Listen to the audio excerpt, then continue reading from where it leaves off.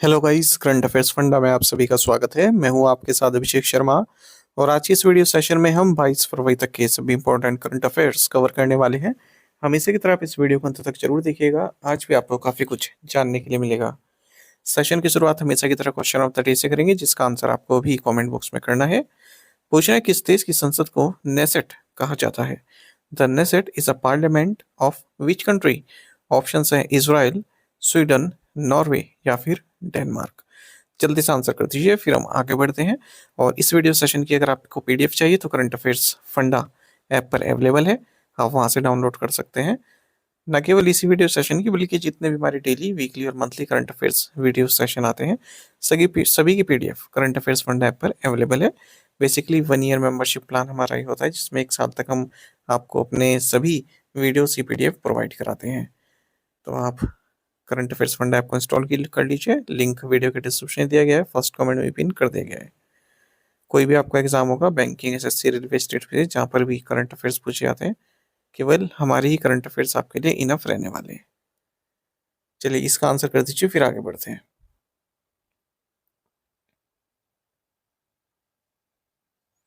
International mother language day is observed annually on which date? अंतर्राष्ट्रीय मातृभाषा दिवस कब मनाया जाता है? ऑप्शंस आपके सामने हैं। सही आंसर ऑप्शन बी है, 21 फरवरी। इंटरनेशनल मदर लैंग्वेज डे है हर साल 21 फरवरी को मनाया जाता है। यूनेस्को द्वारा पहले अनाउंस किया गया था इसे 17 नवंबर 1999 को। और यूनाइटेड नेशन जनरल असेंबली द्वारा इसको रिकॉग्नाइज किया गया 2002 में। साल 2026 में इंटरनेशनल मदर लैंग्वेज डे का थीम है youth voices on multilingual education. अच्छा, आपको ये भी जानना चाहिए कि किसने पहल की थी इस इंटरनेशनल मदर लैंग्वेज डे की। किसका इनिशिएटिव था? तो बांग्लादेश का ये इनिशिएटिव है। ये एक्चुअली कई बार एग्जाम में पूछा जा चुका है। ठीक है, एक बार आईबी के एग्जाम में पूछा गया था, एसएससी के एग्जाम में पूछा जा चुका है कि इंटरनेशनल मदर लैंग्वेज डे किस देश द्वारा शुरू किया गया था, किस देश का इनिशिएटिव है। तो बांग्लादेश आप याद रखेंगे। Which state recently launched a scheme where unemployed persons between the ages of 21 to 40 receive rupees 1500 per month for 5 years or till employed whichever is earlier? हाल ही में किस राज्य ने एक योजना शुरू की है जिसके तहत 21 से 40 वर्ष की आयु के बेरोजगार व्यक्तियों को 5 साल तक या रोजगार मिलने तक प्रति माह 1500 रुपये प्राप्त होंगे? ऑप्शंस आपके सामने हैं। सही आंसर ऑप्शन सी है, वेस्ट बंगाल। तो युवा साथी योजना, जिसे बंगला युवा साथी भी बोलते हैं, ठीक है, और ये एक वेलफेयर इनिशिएटिव है, गवर्नमेंट ऑफ वेस्ट बंगाल द्वारा लिया गया है, ताकि फाइनेंशियल असिस्टेंस प्रोवाइड की जा सके जो भी अनएम्प्लॉयड यूथ हैं राज्य में। तो जो भी एजुकेटेड यंग इंडिविजुअल्स हैं, जो एम्प्लॉयमेंट की खोज में हैं या फिर कोई स्किल डेवलपमेंट अपॉर्चुनिटीज प्राप्त करना चाहते हैं, उन्हें ये फाइनेंशियल असिस्टेंस दी जाएगी। तो मंथली बेसिस पर दी जाएंगे 1500 रुपये, डायरेक्ट बेनिफिट ट्रांसफर यानी कि डीपीटी के जरिए उनके बैंक अकाउंट में आएंगे। कुछ कंडीशंस हैं। परमानेंट रेजिडेंट होना चाहिए एप्लीकेंट वेस्ट बंगाल का, 21 से 40 वर्ष की उम्र होनी चाहिए एप्लीकेंट की, और क्लास 10 या उसका इक्विवेलेंट कोई एग्जामिनेशन उसने पास किया होना चाहिए। What is the estimated cost of the great Nicobar island mega infrastructure project? Great Nicobar द्वीप समूह की विशाल अवसंरचना परियोजना की अनुमानित लागत कितनी है? ऑप्शंस आपके सामने है। सही आंसर ऑप्शन सी है, 92,000 crore rupees. National green tribunal की एक बेंच ने 92,000 करोड़ रुपए के लागत वाले great Nicobar island mega infrastructure project को हरी झंडी दे दी है। तो इसमें ट्रांसशिपमेंट पोर्ट भी है, एयरपोर्ट भी है, पावर प्लांट भी है, टाउनशिप भी है, सभी इस प्रोजेक्ट के तहत आते हैं। एक्चुअली एक मेगा इंफ्रास्ट्रक्चर इनिशिएटिव है great Nicobar island project. NITI Aayog की उपज है ये, उनके उनके द्वारा लिया गया ये इनिशिएटिव है। 4 इंटीग्रेटेड पिलर हैं इसके। एक तो इंटरनेशनल कंटेनर ट्रांसशिपमेंट टर्मिनल बनाया जाएगा गैलेथिया बे में।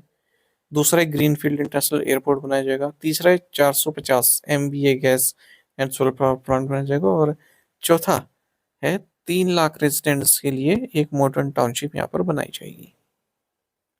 NGT chairperson justice Prakash Srivastava हैं। Who became the first bowler to take 700 wickets in T20 Is? T20 में 700 विकेट लेने वाले पहले गेंदबाज कौन बने हैं?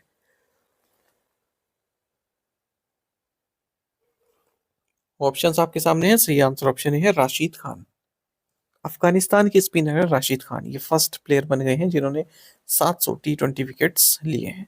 हालांकि हाल ही में अफगानिस्तान का ग्रुप स्टेज मैच था यूनाइटेड अरब अमीरात के साथ, अरुण जेटली स्टेडियम दिल्ली में खेला गया। टी20 जो वर्ल्ड कप चल रहा है उसी के तहत, तो उस दौरान इन्होंने अचीवमेंट हासिल की है। ये लीडिंग विकेट टेकर भी है अगर हम टी20 इंटरनेशनल्स की बात करें, 191 विकेट्स के साथ। Prime Minister Narendra Modi virtually laid the foundation stone of the SCL Foxconn joint venture project, India Chip Private Limited in which state? प्रधानमंत्री नरेंद्र मोदी ने किस राज्य में SCL Foxconn संयुक्त उद्यम परियोजना इंडिया चिप प्राइवेट लिमिटेड की आधारशिला रखी है? ऑप्शंस आपके सामने हैं, सही आंसर ऑप्शन सी है Uttar Pradesh.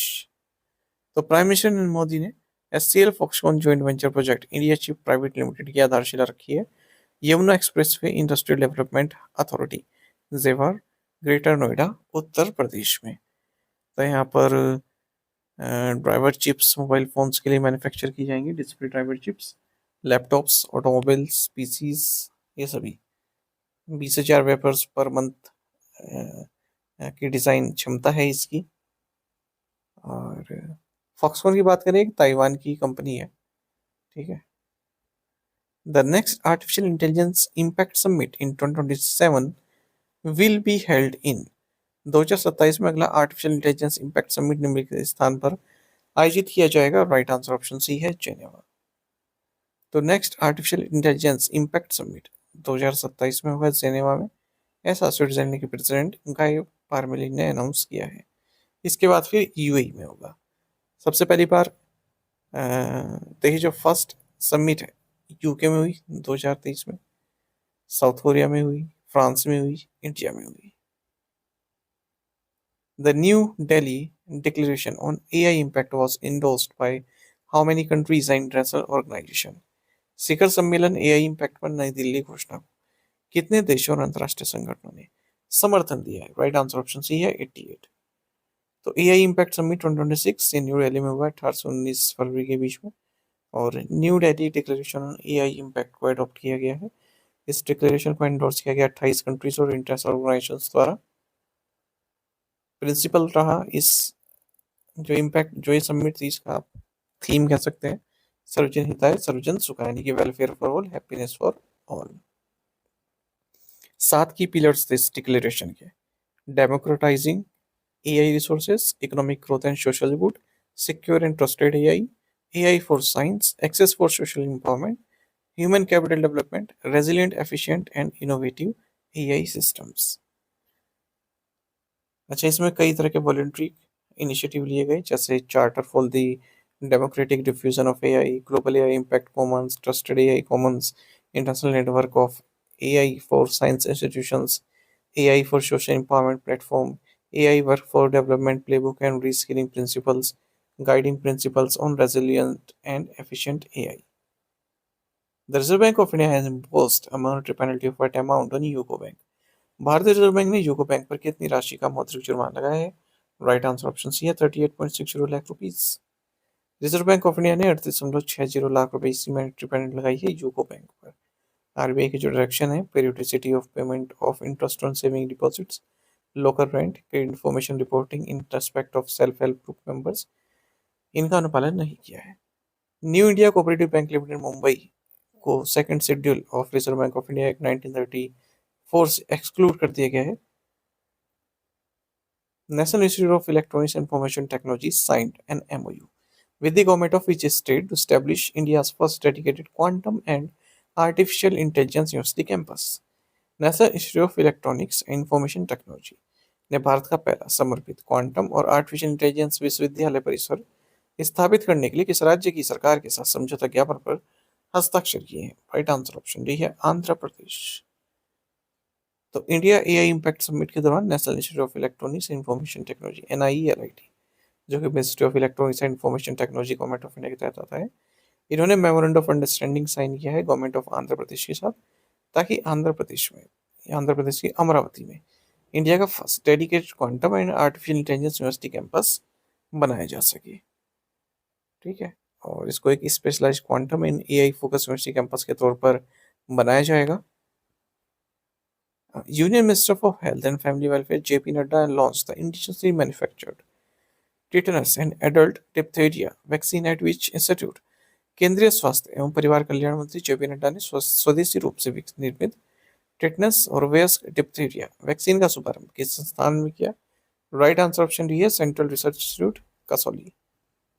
Union minister for health and family welfare JP Nadda ने indigenously manufactured tetanus and adult diphtheria vaccine को मैन्युफैक्चर किया है central research institute Kasauli Himachal Pradesh में। और इसी के साथ अब इसको यूनिवर्सल इम्यूनाइजेशन प्रोग्राम के तहत डिस्ट्रीब्यूट किया जाएगा, जिसमें फिलहाल 11 वैक्सीन हैं जो कि 12 वैक्सीन प्रिवेंटल डिजीजेस को प्रोटेक्ट करती है। India exchange MOU with which country to strengthen cooperation in pharmaceutical regulation? Bharat ने औषधि विनियमन में सहयोग को मजबूत करने के लिए किस देश के साथ समझौता ज्ञापन पर हस्ताक्षर किया? राइट आंसर ऑप्शन ए है ब्राजील। भारत और ब्राजील ने मेमोरेंडम ऑफ अंडरस्टैंडिंग साइन किया है फार्मास्यूटिकल और मेडिकल प्रोडक्ट्स के फील्ड में।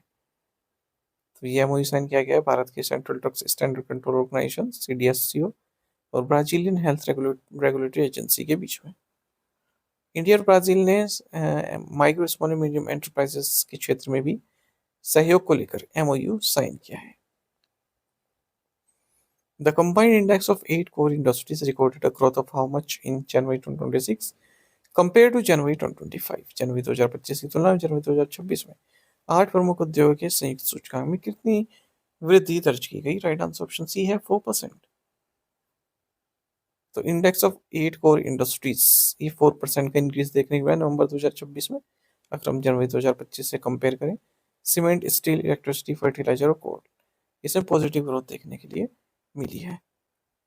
अच्छा, 8 कोर इंडस्ट्रीज कौन सी हैं? Coal, crude oil, natural gas, refinery products, fertilisers, steel, cement and electricity. और जो इंडेक्स ऑफ इंडस्ट्रियल प्रोडक्शन है IP इसका 40.27% वेट 8 कोर इंडस्ट्रीज से आता है। अच्छा, जो फाइनल ग्रोथ रेट है इंडेक्स ऑफ 8 कोर इंडस्ट्रीज दिसंबर 2025 ये 4.7% रही है। अप्रैल से जनवरी तक 2.8% रही है। Annual rate of inflation based on all India wholesale price index ये 1.81% रही है जनवरी 2026 में। टू द पॉइंट क्वेश्चंस उनके आंसर देखेंगे। व्हाट इज सहरात पोस्ट?